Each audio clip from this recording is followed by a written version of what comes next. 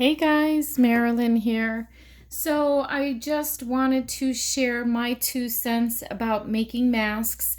This is not a tutorial. I just wanted to share what I've been doing and what I've been occupied with for the longest. And I gotta tell you guys, I am masked out. I just really wish this whole thing would pass by, and it's just so sad. And it's scary at the same time. It's like I really don't want to leave my house. And so I've been making masks. I had a friend pick 6 of them up the other day.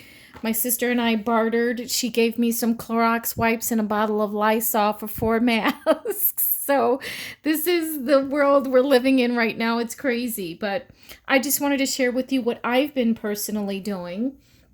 So I just wanted to give you guys some ideas or just share with you what I found online and by doing my research as well on YouTube. So there's a ton of videos. This is not a tutorial. There's a ton of videos out there on how to make a mask.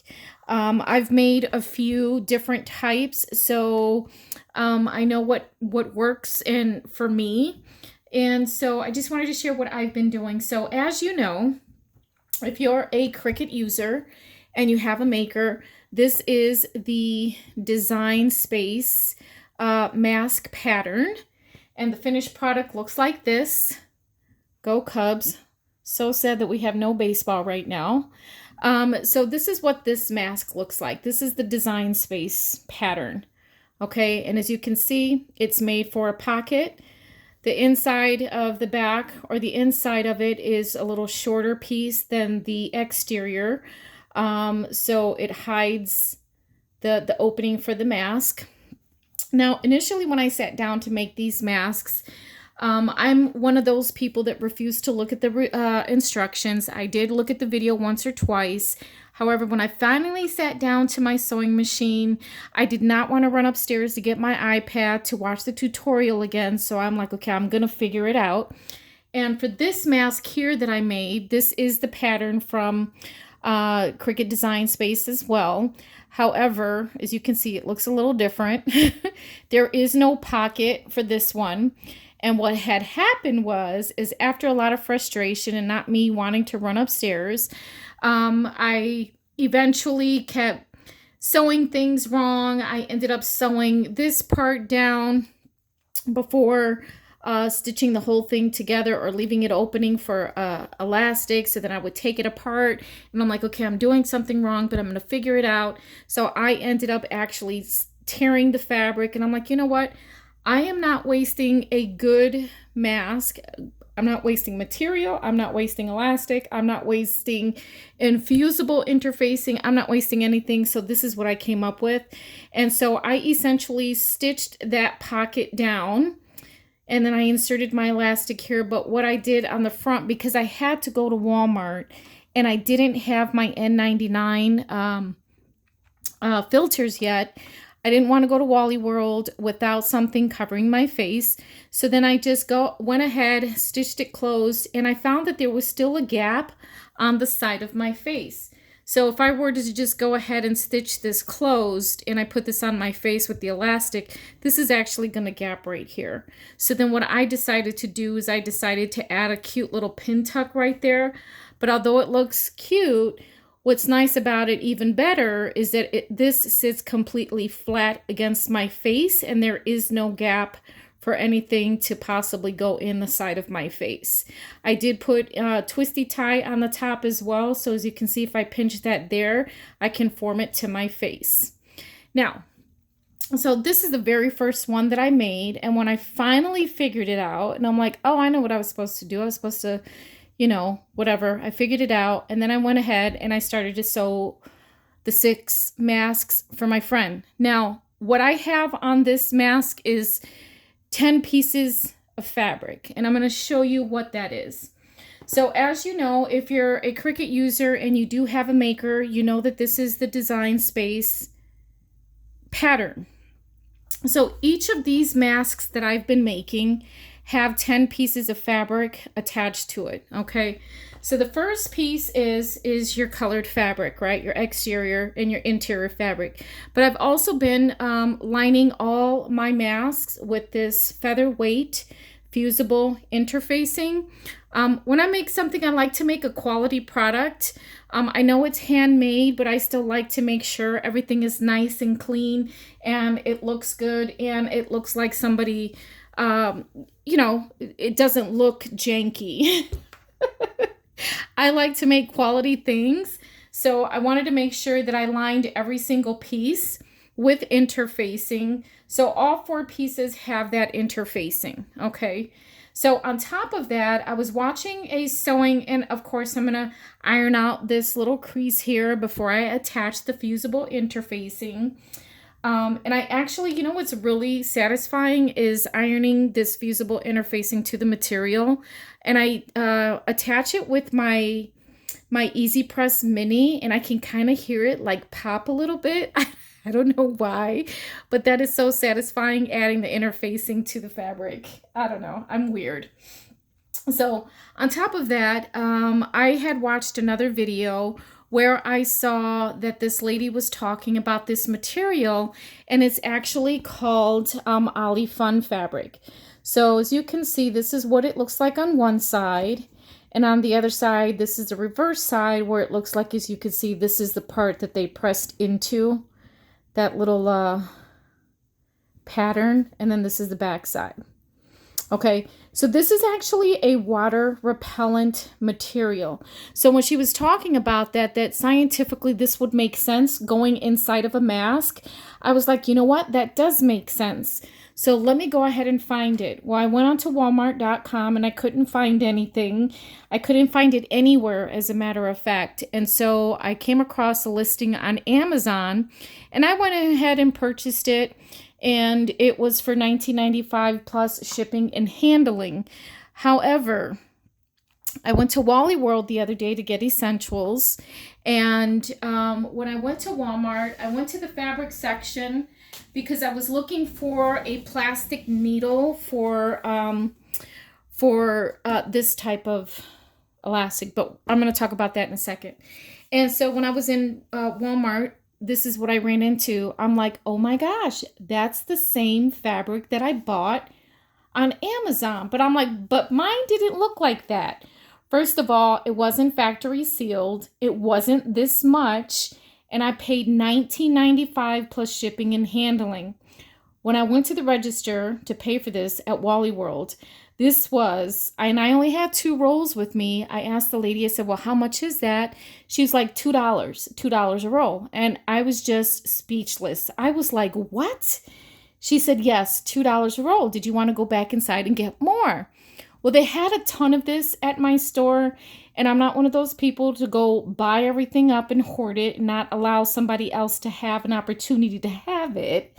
So if there's other people out there making these type of masks, you might even be able to make the mask with 2 layers of this, or maybe just 1 layer. And this might be a nice little option for something that, at least it's something. And just so you know, my disclaimer is that I'm not an expert on making masks. I'm not an expert on COVID-19 or any type of disease. However, this is my part in making masks, and I'm just sharing with you what I've been including with the construction and the materials that I've been using for all the masks that, the people are making. And what a blessing it is to have a talent to be able to make these, it's a blessing. So at any rate, so she was like, you want to go back inside the store and get more? So I went back in, I bought another 2 rolls. So I bought a total of 4 of these, and they were $2 a piece. So you can best believe that the person on Amazon did not get a good review. However, I'm not usually one to give bad reviews. I'm one to always give good reviews, especially with people in customer service. I've worked in customer service, and if somebody gives me great service, whether I'm at a restaurant, whether I'm at a store, shopping, whatever, I love giving great reviews for great service. But this person on Amazon did not get a good review for price gouging the little bit of fabric that I did buy of this. So I digress. I had to vent.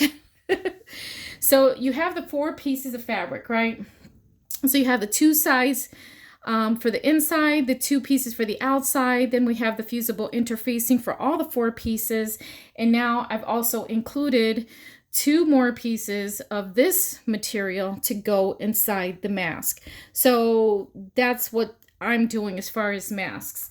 Now this is time consuming. I'm not going to lie. This specific mask is time consuming, but it's also time consuming because of the materials I choose to include in them. However, I may digress to going to this type of mask. Now, I found a tutorial for these as well.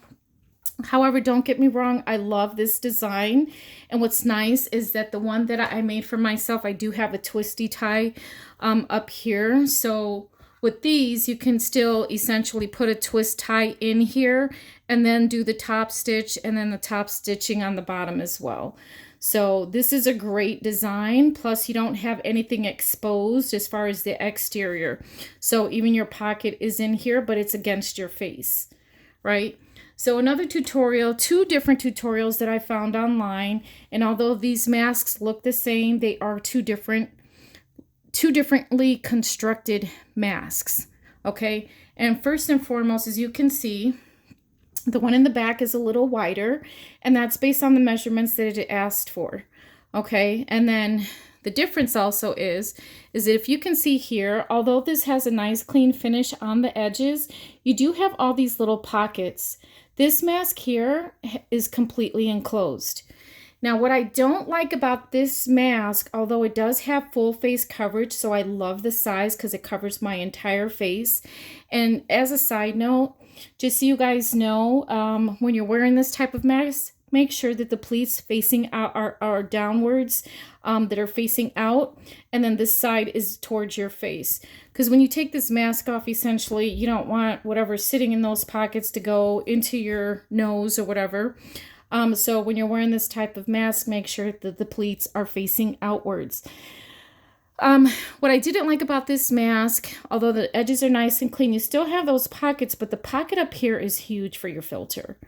All right. So one way to fix that is that if I were to stitch this completely over or shut on the top, if I can focus, I'd bring this down a notch back here and then stitch from where the twisty tie is at to the end. And then on the other side, I would do the same thing. So then my pocket is a lot smaller. But again, I would bring it back down a little this way so it's sitting up against my face. So as you can see, I've inserted a twisty tie there so you can see that it takes its shape. All right, so I'm not loving that pocket, but this is fixable. But then I saw this tutorial online, and this is really nice. It looks the same, right? But the difference is that, again, all these little pockets of the pleats are completely covered. Do I really care that my stitching is showing? I could care less right now, just as long as my face is protected. However, I can work on not having my stitch show there by the construction. But again, my pleats are going down. This is the back of my mask, but then here is my pocket right here. So essentially this goes down enough so then this is actually going to be sitting on top of my face. So when I do put the little the twisty tie in here, this will sit against my face nicely. So along with this mask, I think these 2 styles, with the edges covered up and the pocket a little lower in the back and not so large, I think these 2 are great options for when you're going in public and you're covering your face. All right, and depending on what you line it with as well. I did get my N99 filters. I finally got them. I was a little worried that somebody might have taken them. I didn't know how they were packaged when they were mailed out. And I'm like, oh my gosh, these were like 5 days late. But again, everything is taking extremely long to get to you guys. I know I placed an order with Joann Fabrics for about 7 items. 6 of those items were actually 2 yards of different unisex fabrics. And so far, I've only received 2 out of those 6, and I did receive my interfacing, so it looks like I'm getting 1 item a week, so it is taking quite some time. So this was delayed too. So I'm not going to take these out of its packaging because they are in plastic. However, there are 2 of these in each one, and it's actually perforated here. So my daughter actually took her mask out, or took one of these filters to put in her mask, and when she opened it, we noticed that there was 2 in there. So there's a total of 50 here. So the other thing is, for the mask that I made for myself, I created these pin tucks on the side, and again, this fits my face nicely. Now, if you don't have this mask and you've run out or you can't find it, because as you know, this is pretty much depleted everywhere, another elastic that I found, this was in my stash, this was the elastic cording. So I have this in black and I also have it in white. And the reason why I have these, that I already had these, was because this is for when I was making journals. So if you make journals, you know that this is the type of elastic that you use to close them. So this is what I had in my stash. So I was happy that I had this elastic that I could use as an alternative when I do run out of this elastic. So as you can see with this B1, I've inserted the elastic on the sides here, and I've been leaving them open. So when I deliver these to people, they can just pretty much tie them on themselves so they can adjust it properly to fit their face. So that's another thing. And then just real quick, I also found this twisty tie on Amazon, and I think I paid about $7.50 or $7.95. So this is a nice alternative instead of going to the store and buying up all the bags with twisty ties in them. I believe there's 270 feet in this thing. So that's what I've been using. So I just wanted to share what I've been doing and what's been working for me. And another option, if you did want to line your fabric with, or your mask with something else, here is a water repellent product that you can find. It is made of propylene. And this was $2 at Walmart. It's water repellent, and it is, polypropylene is what it's made of. It is breathable, because I do have this in my mask, and I made my daughter wear a mask yesterday as well. When we went to the grocery store, and it is breathable. So that's what I'm doing. So you guys, wash your hands, keep your distance, be kind to your neighbors, and take care of you. I'll see you in the next video.